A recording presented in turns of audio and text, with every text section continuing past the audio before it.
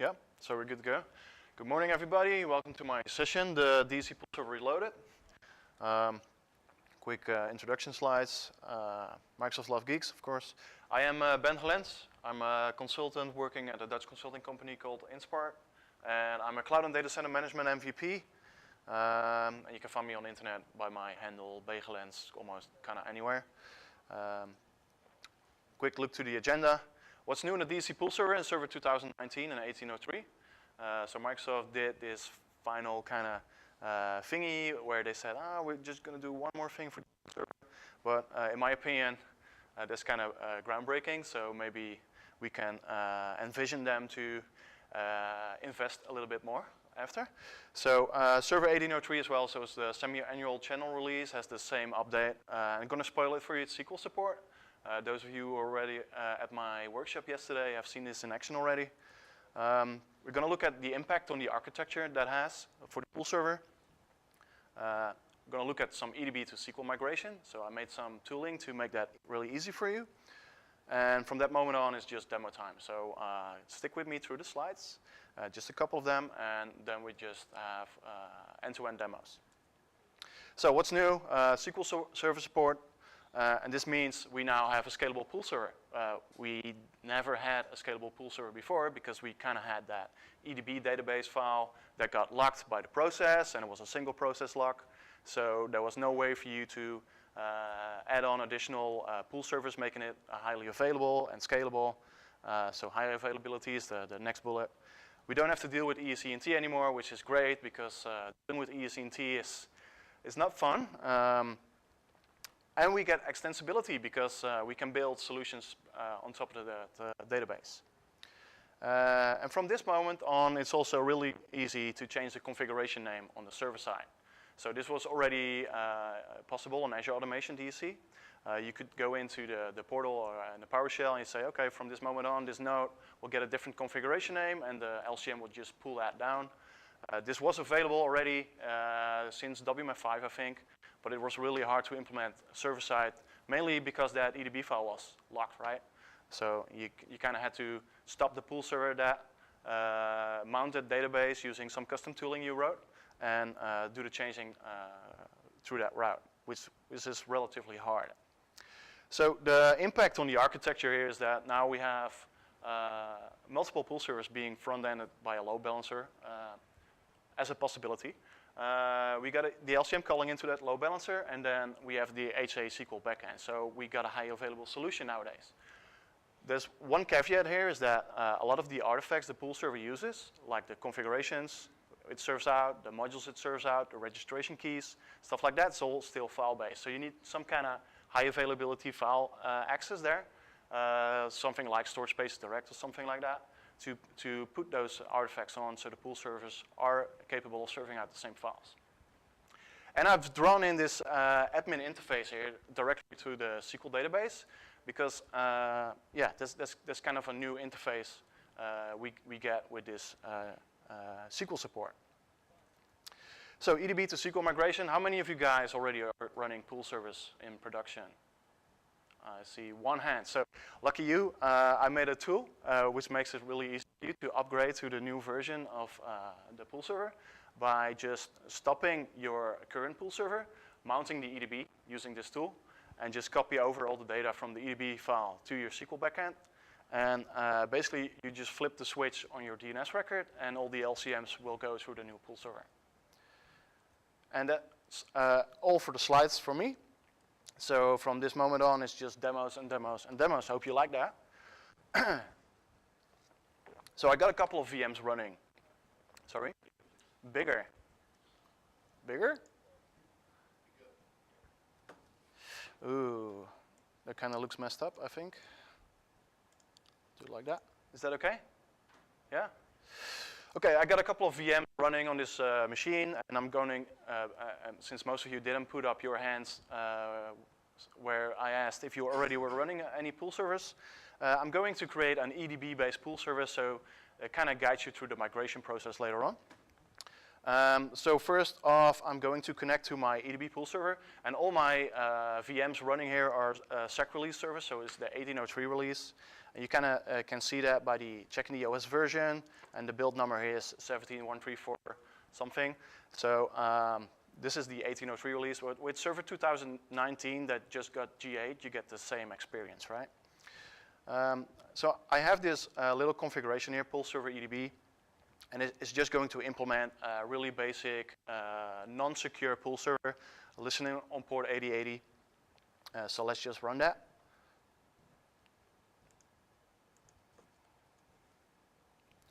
So load it into memory, compile it, and execute it. There we go.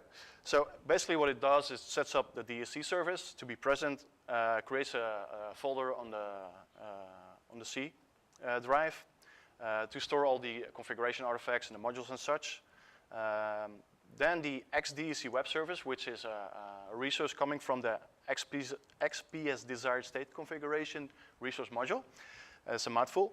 That kind of implements the pull server itself. So it's copying over files from a bunch of places and creating a website.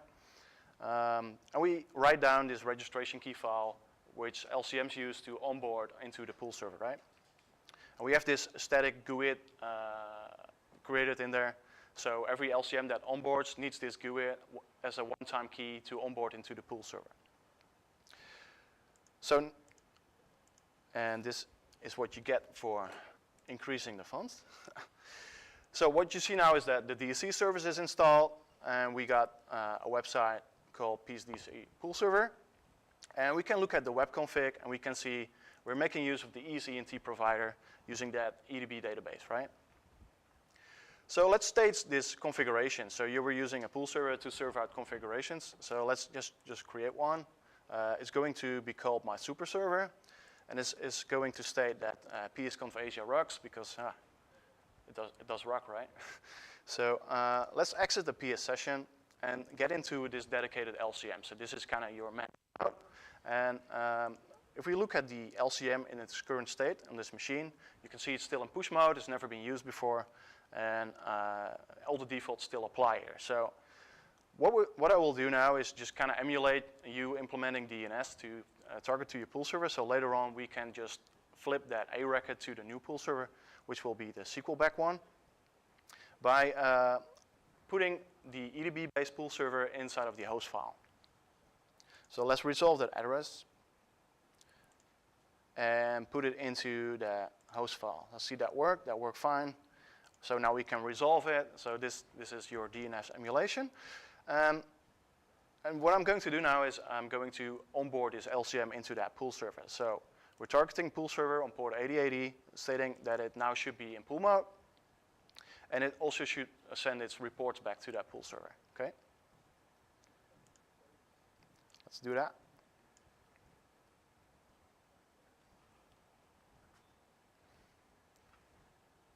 And hopefully this will successfully register.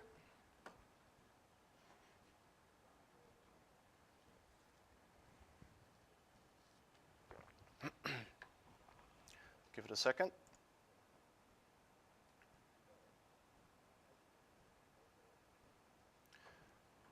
So when I was practicing this went through just fine. So hopefully the demo gods are with me here. And it worked fine, so yeah. So registration of the DSC agent was successful. And now we can update the DSC configuration, telling the LCM to pull down that configuration we staged already for it. So if you look at that resulting file, we can see psconf Asia rocks. So normally how would we interface with a pull server? We have the REST API available to us. But this is, REST API is basically only there to facilitate the LCM experience and not really to facilitate the admin experience, in my opinion.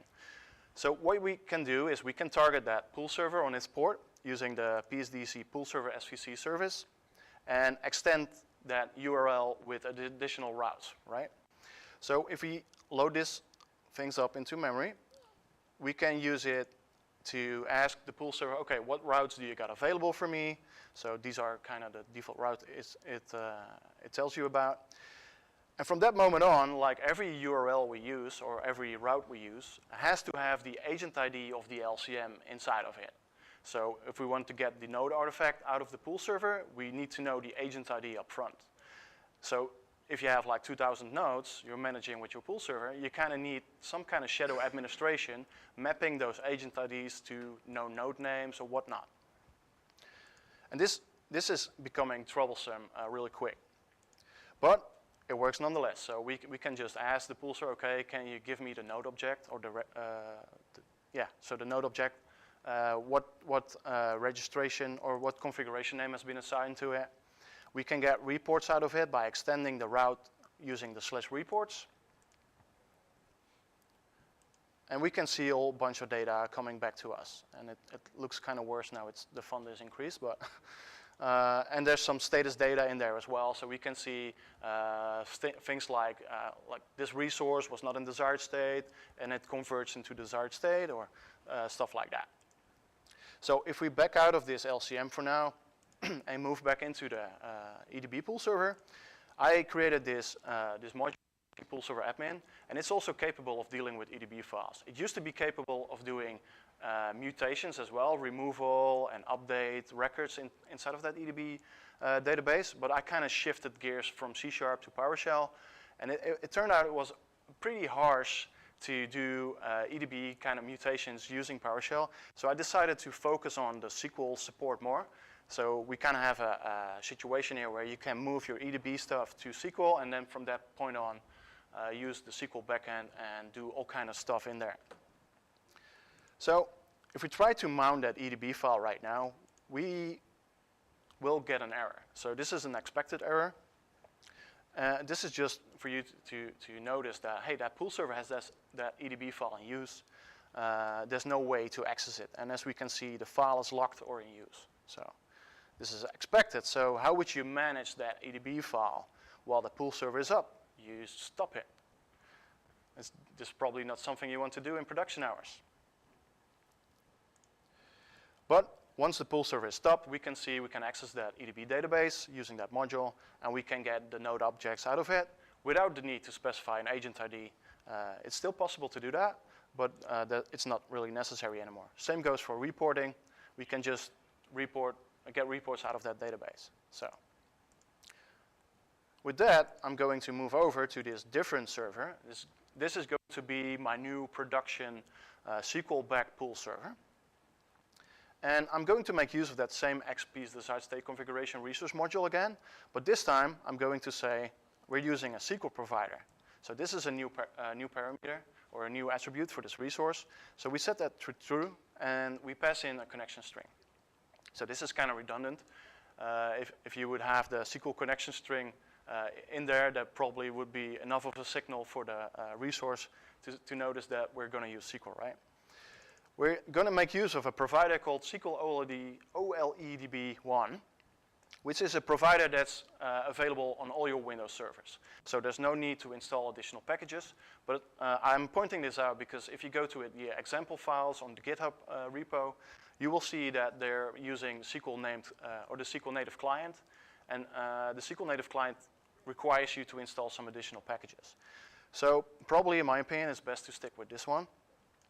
We're going to give it the server name of the SQL server, and I have the SQL server open here. And we will see currently, and I'm not going to increase this font because I don't know how to do that, but there's no database there yet. Finally, we specified the database in the configuration name as well, or in the connection string as well, because normally if you do it out of the box without specifying a database name, the database name will default to DSC.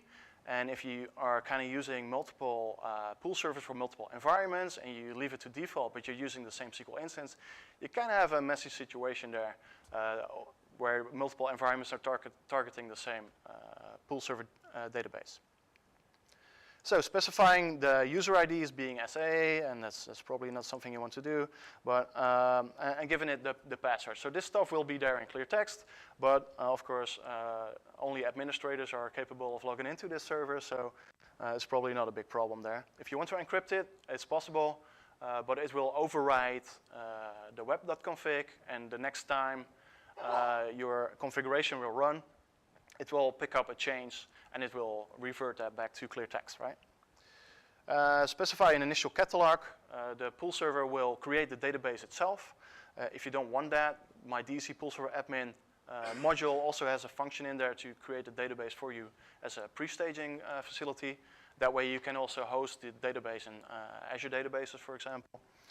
But you need to have the initial catalog for the initial pool server if you did not have a database already. So let's just create this pool server. The experience is exactly the same as with the EDB one. Just compile that and start it.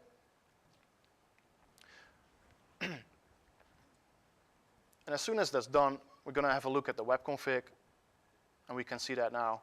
And we see we have a different database provider, so no more ECNT, and we have that connection string in there as well. So to trigger the database creation event, it's enough to just talk to the REST endpoint for the first time. But in this case, I'm just doing a self-onboarding, so this pool server will be managed by this pool server. It's just to quickly see if everything is working correctly and the database can get created. There we go. So this takes a little while for the first node because the database gets created. And as soon as this one goes through, we'll have a look at the database real quick.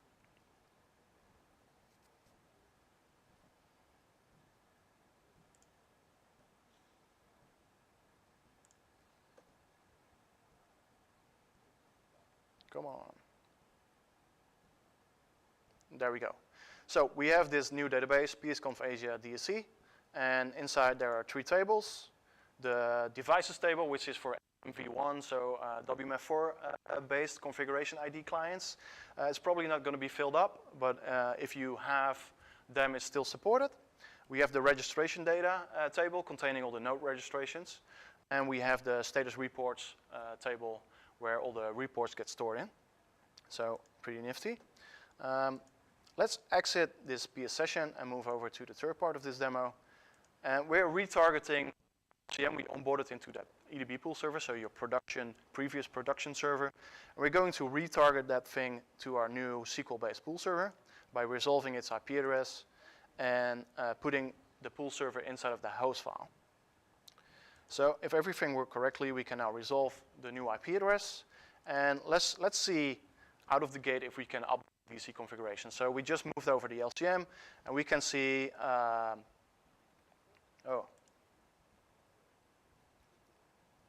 I'm not in the LCM session anymore. Why not?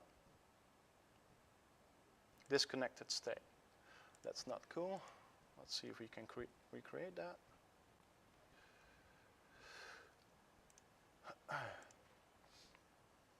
There we go.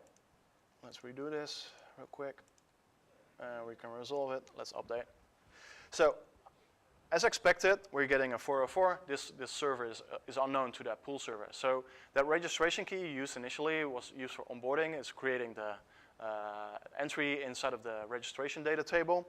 And from that moment on, the agent ID is kind of used for the authentication mechanism, right? So the pool server will check the agent ID that gets passed along, and if it doesn't have a node registered with that agent ID, you will get this 404. So we need to fix that. And to fix it, what we're going to do is we copy over that EDB file from my previous pool server locally, plus all the configurations that go with it. So the my super server configuration, probably some modules you'll probably have in there as well. In my case, I don't have any. I'm going to copy them over to the production SQL server. That's production-based, SQL-based pool server. And I'm going to create, using my DSC pool server admin module, a connection with that EDB database. Plus, I'm going to create a connection with my new SQL database. So this module supports multiple connections. And as soon as I did that, I can use copy DSC pool server admin data easy to SQL. Probably need to do something with that name. And I pass in the connections, right? So the EDB database connection and the SQL connection. And I'm just going to give it some objects to migrate. So we support all the object types there. But in this case, we're only interested in the status reports and the registration data. So what if we do that? And we will see that 3 records will be copied over. And 2 of them will be status reports, and 1 of them will be a registration. So let's do that. And with the verbose, you can see all the SQL insert or update statements that get executed on the SQL server. But now if you look at that SQL database, sorry, we can see that the DSC client, so the LCM, has made it over. And we can also see that the reports have made it over to that SQL database as well. So let's see if that LCM machine now can update its configuration. And it works like a charm, right? So, good. So, now what we do is, let's stage another configuration, but this time with a different name. It's a little bit of different content, because this time it will say that DSC also rocks. It's not only PSConf Asia, right? So, how could we reassign a configuration name, server-side, for this LCM? So I still have a pool server connections open, and I'm going to make my SQL connection the default one. So this module kind of operates on one active connection and multiple passive connections, but you can kind of switch there. And this way you don't have to do the PS default parameter values thingies. You can just manage the connections natively using the functions in the module. So we can now see the SQL connection has been set active. And to see that in action, we can now just query without specifying a connection. And we can pass that node registration object into setDSC pool server admin registration. Just give it a new configuration name. And let's see if there was enough for that LCM to start converging with this newly assigned MOV file, right? So the LCM didn't ask for a configuration name it was previously assigned with. The pool server just told it, okay, this one is for you. And you can see that now PSConf Asia and DSC rocks, so it kind of picked up on that awesome configuration. So what do you guys think? This is pretty cool, right? So with that, we're going to have a look at what else can we do now with that pool server. So I'm just going to kill it. So we just set it up, but I'm going to kill it. So the website is now gone. The pool server is dead. But I have Docker installed on this machine as well. And I pre-created an image because of time constraints. And it's Gelens pool server. So I have the server containerized. And this kind of brings in a lot of flexibility because now you can run your pool servers on Kubernetes or on OpenShift. Not on ACI yet because ACI is kind of version locked to LTSC images, and this is an 1803 image. But as soon as they upgrade that to 2019 support, you'll probably be able to run this on ACI as well. You can kind of recreate Azure Automation DSC if you want to. So I already built it. And I use these files to do that. So we have a Docker file, and we have a couple of PS1 files to create the image, and we copy in the XPS desired state configuration module, so we are able to execute its functionality to create the initial pool server in there. So let's start that container, and let's talk over the files a little bit. So the container is now started, but the container was created using this Docker file. And hopefully you can see this a little bit. But the container image was based upon the Windows Server Core base image. So this is the base image Microsoft provides you with. And it contains a bunch of metadata. Mainly, if you have any troubles, the maintainer is known. You can send me an email or something. It copies on during the Docker build process. The modules directory and those PS1 files I talked about. And those PS1 files are used to set up the pool server initially. And there's one that gets executed as soon as you run a container. That is kind of the lifeline of the container runtime. So it has a bunch of logic in it to retarget the pool server to a certain connection string you pass into the environment variables and all that kind of stuff. Then we see this run command. So this was the setup command. And we expose port 8080. So this is kind of metadata for a container engineer to see, okay, I'm expecting to bind an external port to this internal port, and the internal port would be port 8080. And as soon as that container is started, this command gets executed, right? So if we look at the setup script, we basically see that the DSC service was installed and invoke DSC resource was used using that xDSC web service resource with the set method. And we can see all the parameters we just used to set up the SQL server on the box itself. But this time the SQL connection string is this hash encapsulated connection string thingy, so it's easily findable and it's easy for me to replace later on.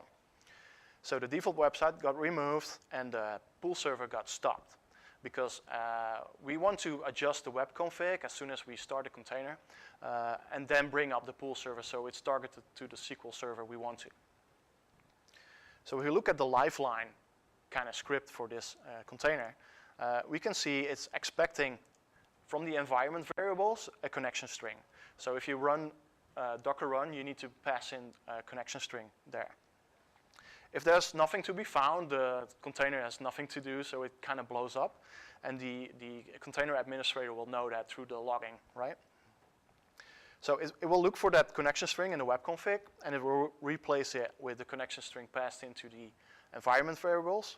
And it will also replace the C program files, Windows PowerShell, DSC servers, basic pool server path, right, with C pool server, because we're expecting a Docker volume to be mounted here as well.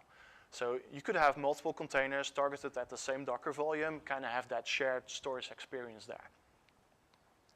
Then it will start the website and it will have this self-invoking monitoring function.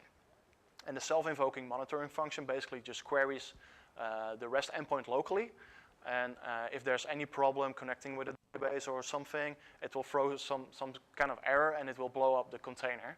And if that happens multiple times and you're running in Kubernetes, you kind of have this cascading issue, and eventually the Kubernetes administrator dealing with your containers will notice that, hey, there's something going wrong here, let's inspect it. But if it's just a one-time event, it will blow up and it will restart a new container and your service is up again, and you probably wouldn't even have noticed. So it's self-invoking, so the last command is calling into that monitoring. So let's get back to that demo, and we started already that container.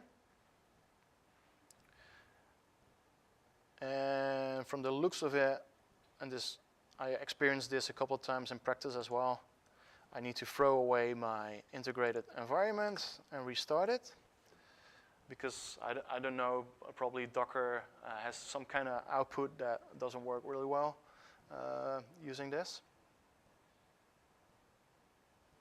Give me a second here to redo that. There we go. So we need to re-enter this session. Okay. So we can look at Docker PS and we can see 4 minutes ago this container has started, and we can inspect it for all the data it has. So what IP address was assigned, what maintainer is there to blame, what connection string was used when creating it, and we can also inspect the logs. And the logs are telling you every X minutes that the pool server is responding, and if the pool server is not responding, you would see an error message there.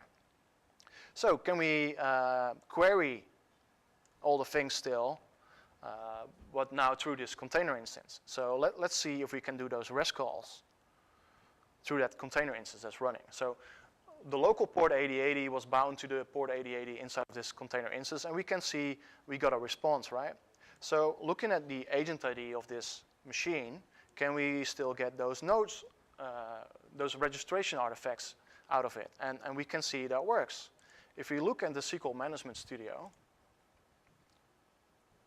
we can see this strange ID here, meaning that's the container ID talking to my SQL backend here. So just to make sure there's no smokes and mirrors, this kind of works, right? So can we still do the update DSC configuration? It still works, right? So everything handled through that container instance. So now I'm going to put in a new configuration, and I'm staging that into the machine's C pool server directory, which is mounted inside of that container instance. to see if if that gets picked up as well.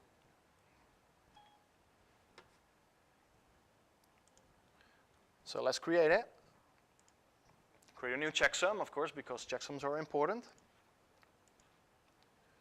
And let's see if we can tell the LCM machine that was remote and onboarded earlier, if it can talk to this container instance as well. And as you can see, everything works fine. So I think it's pretty cool. We can now containerize that pool server and make it scalable like that, using all kind of new orchestration utilities and whatnot. So finally, my final demo is based upon Universal Dashboard, just to give you some insights on how can we extend the administrative experience on this pool server. Now we have that SQL backend. So the Universal Dashboard module was created by an MVP called Adam Driscoll, and it makes it really easy for you to create dashboards using PowerShell script. And I'm a really bad web developer, so I kind of like this. I still have some styling issues, and I'm just not a good designer. But Adam has done all of the work, so it kind of looks good from the get-go.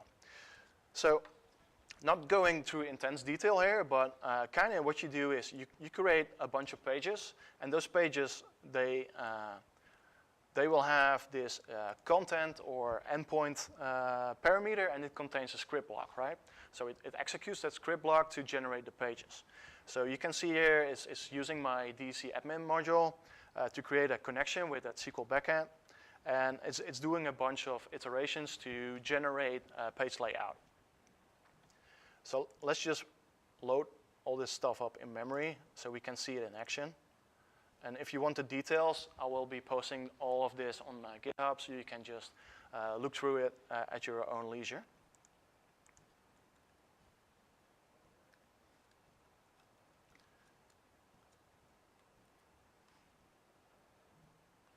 So now we have the dashboard created, so this is something that lives in memory. We can start it. And as soon as we started it, we have a new website listening port 80. And we can see the Universal Dashboard in action. And the Universal Dashboard has reached out into my SQL backend. It has looked for all the node registrations that were in there. And we can see the 2 LCM clients that we have available in this pool server implementation. And we can click on those, right? So DSC client, if we click on that, we get all the reporting data back out of it. So we can easily digest that. Probably if somebody with a little bit more experience than me with Universal Dashboard can make some nice pie charts out of it and kind of accumulate data and see where things fail and whatnot. We can see the configuration name that was assigned to it, the agent IDs, the last report, so we kind of have a window into the last thing that was sent to the pool server, its status, but also an edit button. And with that edit button, we can easily change the configuration name assignment. So let's see that in action. So we'll get back to that SQL session and just create a new configuration called psconf Asia and stage that into the cpool server configuration directory. By the way, still being served out by that container instance we just created.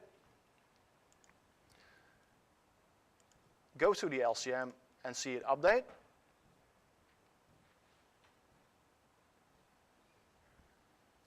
No update found.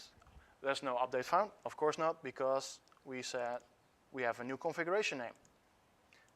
Kind of mess with myself there a little bit. So let's submit that new configuration name, and as you can see, we just updated that into that SQL database using this nifty Universal Dashboard interface. And let's retry that.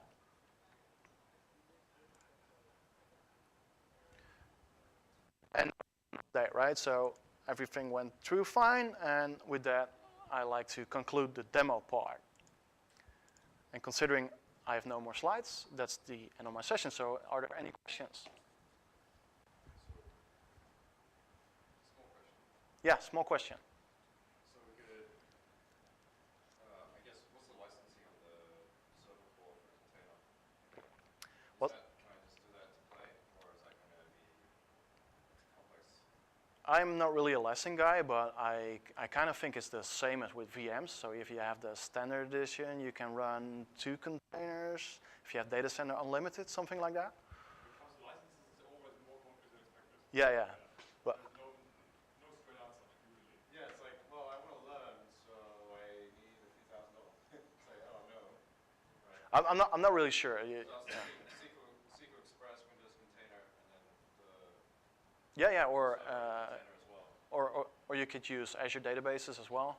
I don't think it's officially supported, but I checked it out. It works fine.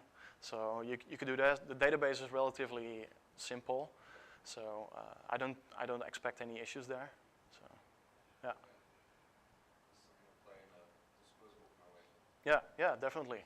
And in my previous session at PSConf.eu, I kind of demoed using Polaris to create a REST endpoint. You could also use Universal Dashboard to create REST endpoints.